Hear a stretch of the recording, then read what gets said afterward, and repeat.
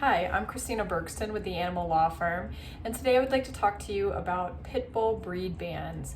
This is also known as BSL or breed specific legislation.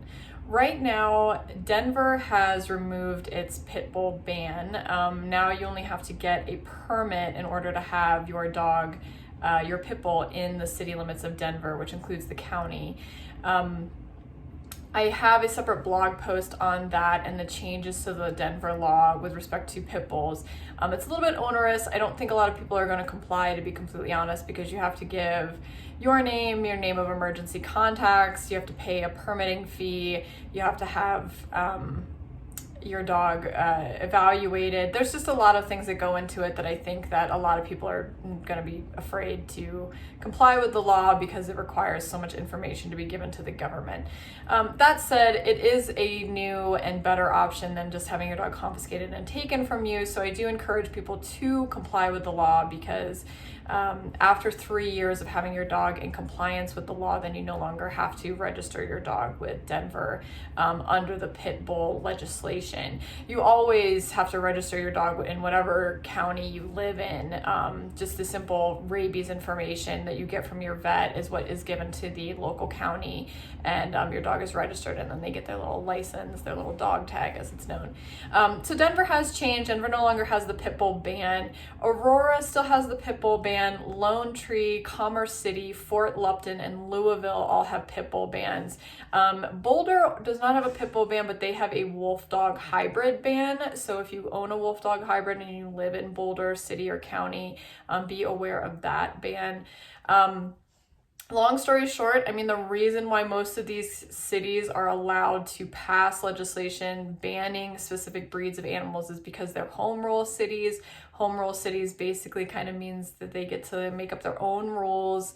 Home rule cities are voted into existence by voters. I couldn't tell you when the voters in each city did this, but that's why they are allowed to have these breed specific bans. There was a case in Denver challenging the pit bull ban, but it was found to be a constitutional city ordinance, so that's why it was upheld by the Colorado Supreme Court back in the 90s. So that is why they exist. Do they scientifically make sense? There's no support empirically or data-wise that supports that pit bulls are more dangerous breed than any other dog breed. In my experience, I called Chihuahuas the piranhas of the land. Chihuahuas are, in my experience, the most aggressive dog breed of any dog, but because they're so small, they do such a small amount of damage that most people don't consider them to be a threat.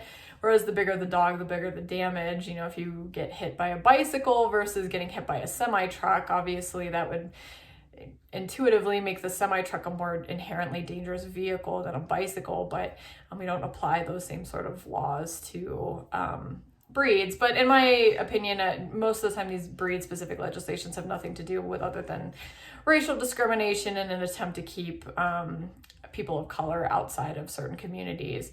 But that has been my empirical experience. Unfortunately, I don't have any data to back that up. That's just been what I see in my practice. But in short, any of these cities, Aurora, Fort Lupton,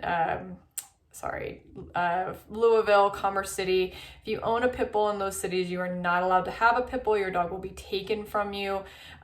So it's always good to have an attorney on speed dial for this sort of situation. 9 times out of 10, the dog gets confiscated not because somebody was walking by and turned you in, but because your dog was accused of doing something, and then animal control got involved, and then they took the dog. So again, it's always advisable to make sure you know where your dog is at all times and keep them safe and protected and set them up for success with lots of supervision in addition to love.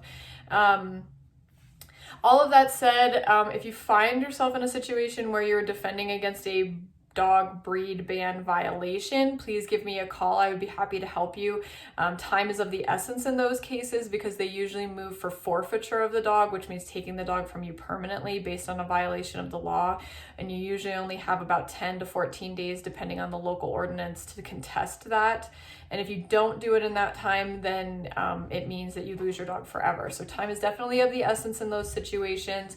So please give me a call. I'd be happy to help you and talk you through your situation. 303-623-4000 is our number. Call us today for a free half-hour consultation. Thanks, and I hope to see you soon.